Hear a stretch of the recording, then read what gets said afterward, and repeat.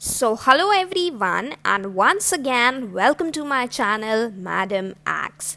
तो आज मैं फिर से आप लोगों के लिए ला चुकी हूँ ये इम्पॉर्टेंट वीडियो जो है रिलेटेड नेफ्ट गैट में जो भी एनालिटिकल एबिलिटी यानी रीजनिंग वाले क्वेश्चंस आते हैं उससे। तो यहाँ पर हम बात करने वाले हैं रीजनिंग के बहुत ज़्यादा इम्पॉर्टेंट क्वेश्चंस की, इसलिए ये वीडियो एंड तक देखना आपके लिए बहुत ज़्यादा ज़रूरी है। एंड अगर आपने अभी तक मेरा चैनल सब्सक्राइब नहीं किया है then please subscribe the channel, क्योंकि इसी चैनल पर आपको मिलेगी नेफ्ट गैट से रिलेटेड हर रेलेवेंट इंफॉर्मेशन। तो चलिए बढ़ते हैं कि आज हम क्या क्या पढ़ने वाले हैं। तो आज हम पढ़ेंगे questions on blood relations, Venn diagrams, number and ranking test, direction sense test, coding decoding, series, classification etcetera. तो ये सब कुछ बहुत ही ज़्यादा इंपॉर्टेंट टॉपिक्स नेफ्ट गैट के रीजनिंग सेक्शन के, तो ये हमारे लिए पढ़ना बहुत ज़्यादा ज़रूरी है। और इंस्टाग्राम पे भी आप मुझे फॉलो कर सकते हैं madam.aks के नाम से, मैं वहाँ भी हूँ।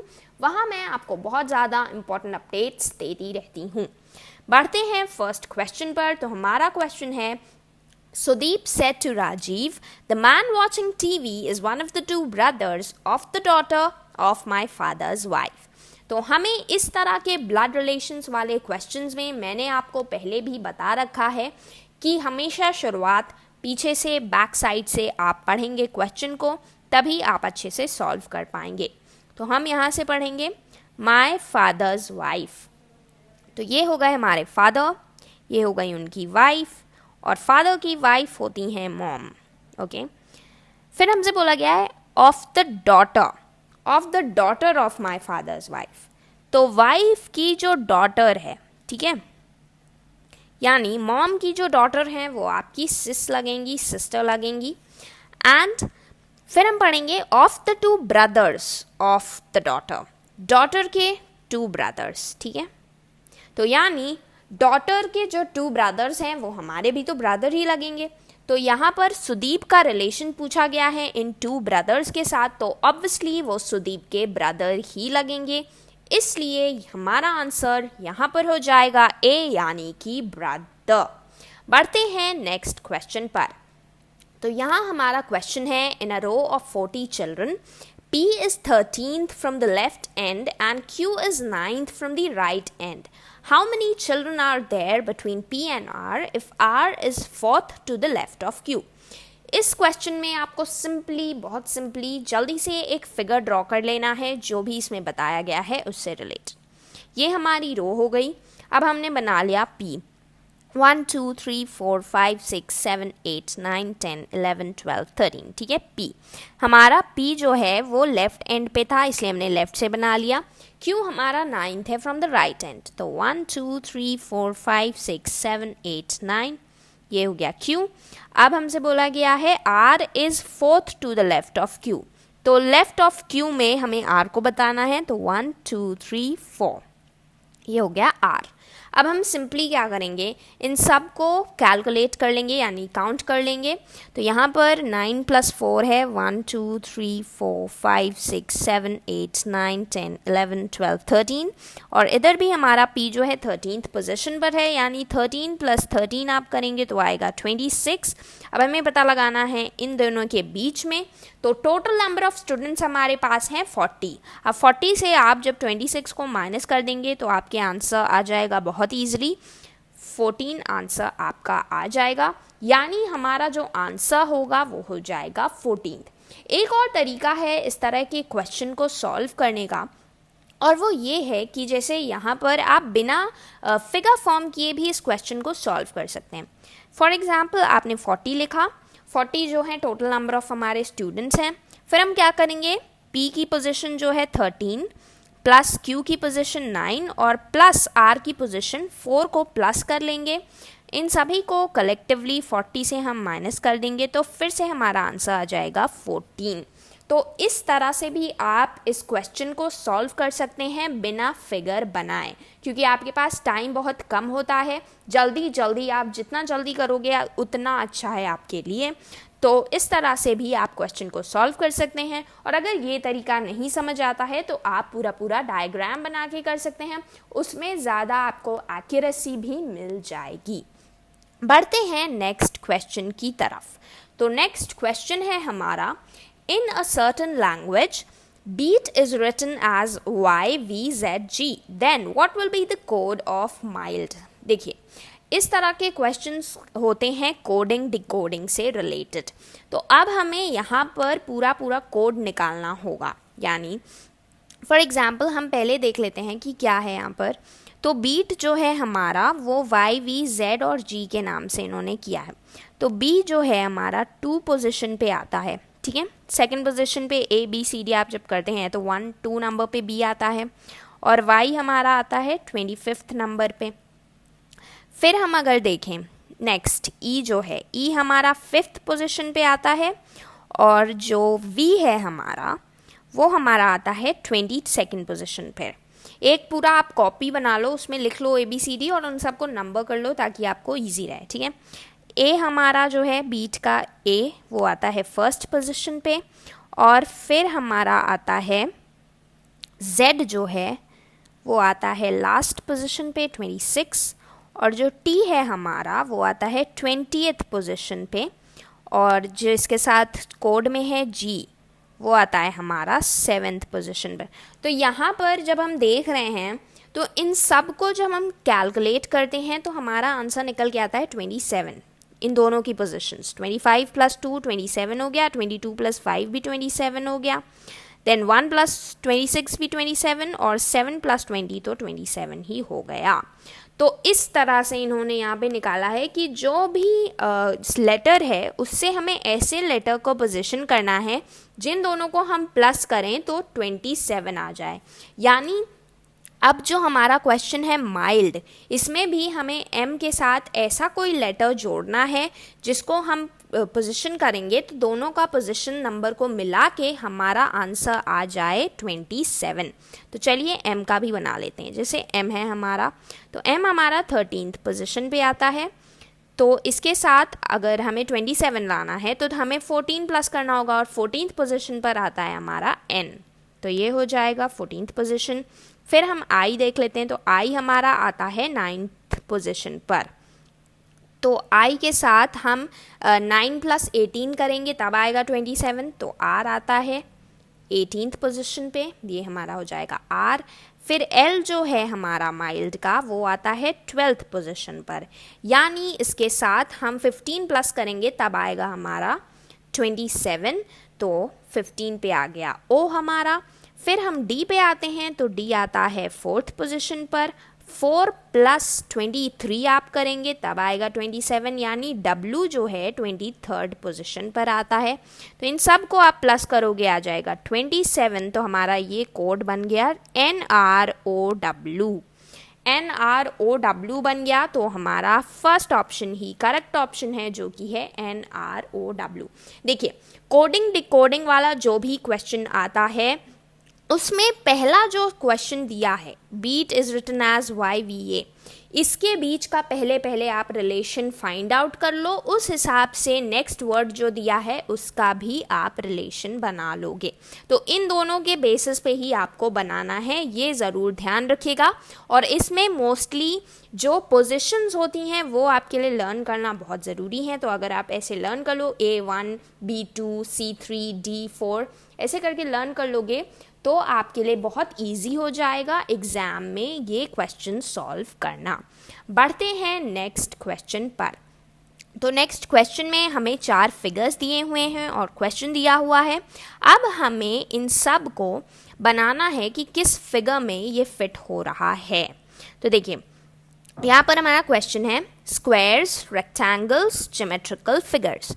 अब स्क्वायर और रेक्टेंगल दोनों ही ज्योमेट्रिकल फिगर्स हैं, लेकिन स्क्वायर अलग है, रेक्टेंगल अलग है। यानी एक हम बना देंगे एक सर्कल ज्योमेट्रिकल फिगर का, उसमें एक आ जाएगा स्क्वायर और एक रेक्टेंगल, क्योंकि ये दोनों अलग हैं। तो ये हो गया हमारा ज्योमेट्रिकल फिगर, ये हो गया हमारा स्क्वायर, ये हो गया रेक्टेंगल, यानी फर्स्ट ऑप्शन। अब जो सेकंड ऑप्शन है उसमें तीनों एक दूसरे से मिले हुए हैं, तो यानी कुछ ज्योमेट्रिकल फिगर ये कहना चाह रहे हैं स्क्वायर हैं, कुछ स्क्वायर भी रेक्टेंगल है, तो ये हो नहीं सकता क्योंकि कुछ स्क्वायर रेक्टेंगल नहीं है। नेक्स्ट वाला भी अगर हम देखें सी ऑप्शन जो है, तो यहाँ पर दो सर्कल्स के अंदर, अब एक मान लेते हैं हम कि ये ज्योमेट्रिकल फिगर है और उसमें स्क्वायर आ गया एक और आधा रेक्टेंगल आ गया, तो ये बिल्कुल सूट नहीं कर रहा है। तो सबसे जो रेलेवेंट ऑप्शन हमारा ए ही है, क्योंकि इसमें हम अलग अलग पूरा पोर्ट्रे कर पा रहे हैं कि ये एक हो गए ज्योमेट्रिकल फिगर्स, और स्क्वायर भी ज्योमेट्रिकल फिगर्स होते हैं, रेक्टेंगल्स भी ज्योमेट्रिकल फिगर्स होते हैं, लेकिन दोनों एक दूसरे से मिलते जुलते नहीं हैं, दोनों ही अलग अलग हैं।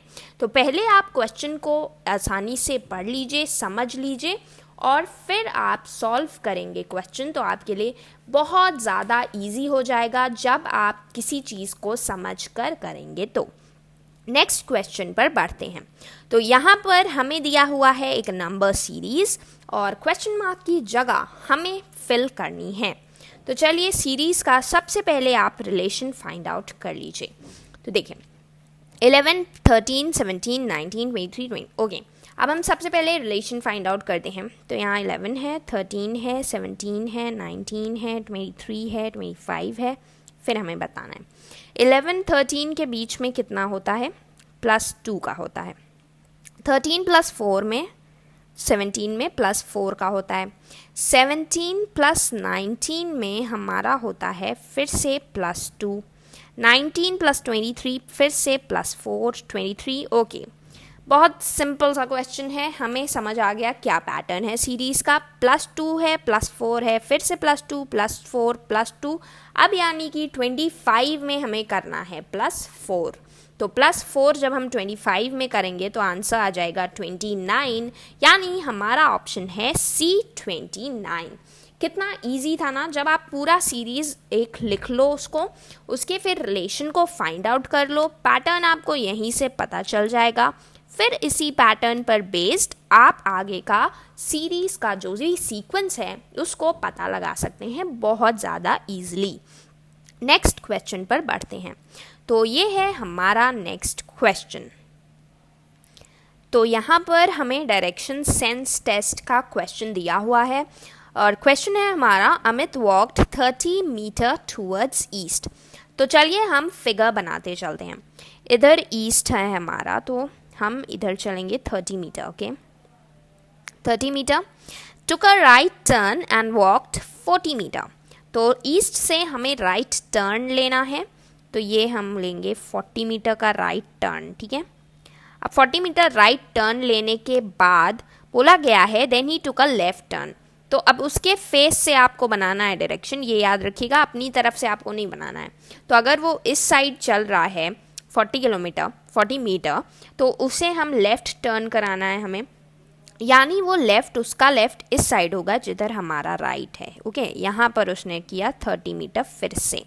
तो अब हमसे पूछा गया है कि किस डायरेक्शन में वो है फ्रॉम द स्टार्टिंग पॉइंट से वो किस डायरेक्शन में है। ये हमारा स्टार्टिंग पॉइंट हो गया। अब हम यहाँ पर बना लेते हैं हमारे डायरेक्शंस। ठीक है, ये हमारा होता है नॉर्थ, ये होता है हमारा वेस्ट, ये है साउथ, ये है ईस्ट। तो अब यहाँ से यहाँ तक में वो किस डायरेक्शन में है, तो जाहिर सी बात है हम यहाँ पर देख सकते हैं कि साउथ ईस्ट डायरेक्शन में है हमारा अमित, जो है साउथ ईस्ट डायरेक्शन में वॉक कर रहा है। ठीक है, तो हमारा आंसर हो जाएगा ऑप्शन नंबर सी, यानी south east direction. Next question पर हम बढ़ते हैं। तो नेक्स्ट क्वेश्चन भी है हमारा कोडिंग डिकोडिंग से रिलेटेड। तो यहाँ पर हमारा क्वेश्चन है if fish is written as EHRG in a certain code, then how would jungle be written? इसमें भी सिंपली हमें पहले वाले क्वेश्चन की तरह फाइंड आउट कर लेना है कि कैसे लिखा गया है। देखिए, अब इसमें दिख रहा है कि फिश को हमने EHRG लिखा है, यानी F जो है उसमें हमने E लगा दिया है, फिर I जो है उसमें हमने H कर दिया है, S जो है उसमें R और H जो है उसमें G। अब यहाँ पर एक चीज़ आपको समझ आ रही है कि जो भी लेटर है उसके पहले जो लेटर आता है वो रखा गया है यहाँ पर। ठीक है, ई जो है एफ के पहले आता है, एच के बाद आई आता है, आर के बाद एस आता है और जी के बाद एच आता है। यानी जो जंगल है उसमें भी एक एक लेटर जो उसके पहले आता है हमें वो रख देना है। तो जे के पहले आई आता है, यू के पहले हमारा आता है टी, एन के पहले हमारा आता है एम, जी के पहले हमारा आता है एफ, एल के पहले हमारा आता है के और ई के पहले हमारा आता है डी। तो हमारा कोड बन गया ITMFKD। ITMFKD हमारा ए ऑप्शन में है, इसलिए हमारा आंसर हो जाएगा ITMFKD। ओके, बढ़ते हैं आज के लास्ट क्वेश्चन पर। तो वीडियो को लाइक ज़रूर कर दीजिएगा अगर आपने अभी तक नहीं किया है तो यहाँ पर हमारा क्लासिफिकेशन का बहुत सिंपल सा क्वेश्चन है। तो choose the word which is least like the other words in the group. ये क्लासिफिकेशन का क्वेश्चन है, तो हमें इसमें ऑड वन आउट एक तरह से फाइंड आउट करना होता है। हमारे ऑप्शंस हैं यहाँ पर zebra, lion, tiger and horse. इन सब में से हमें फाइंड आउट करना है कि ऑड वन आउट क्या है। अब देखिए, यहाँ पर ज़ेब्रा है, लायन है, टाइगर और हॉर्स है। तो हॉर्स यहाँ पर हमारा ऑड वन आउट है। रीज़न इसका मैं आपको बताती हूँ कि हॉर्स होता है हर्बीवरस। ओके, हर्बीवर्स यानी वो सिर्फ प्लांट्स वगैरह चीज़ें खाता है, वेजिटेरियन चीज़ें खाता है, इसलिए वो हर्बीवरस हो गया। और ये तीनों जो हैं ये लोग हर्बीवरस नहीं हैं, ये लोग सब कुछ खा लेते हैं। ओके, तो हॉर्स हमारा ऑप्शन हो जाएगा हर्बीवरस है, इसलिए हमारा ऑप्शन हो गया हॉर्स, यानी ऑड वन आउट हो गया हॉर्स। तो होप कि आज की वीडियो हमेशा की तरह बहुत ज़्यादा यूज़फुल लगी होगी आप सभी लोगों को। एंड अभी आप लोग इस वीडियो को देखने के बाद इस तरह के रिलेटेड जो क्वेश्चंस हैं उनको जाकर सॉल्व ज़रूर कर लीजिएगा, और मैंने जिस तरीके से बताया है उस तरीके से सॉल्व कर लीजिएगा। तो आज की वीडियो में बस इतना ही, फिर मिलेंगे एक बहुत ही अमेजिंग सी इम्पोर्टेंट सी वीडियो के साथ। Till then, good bye, take care and keep practicing.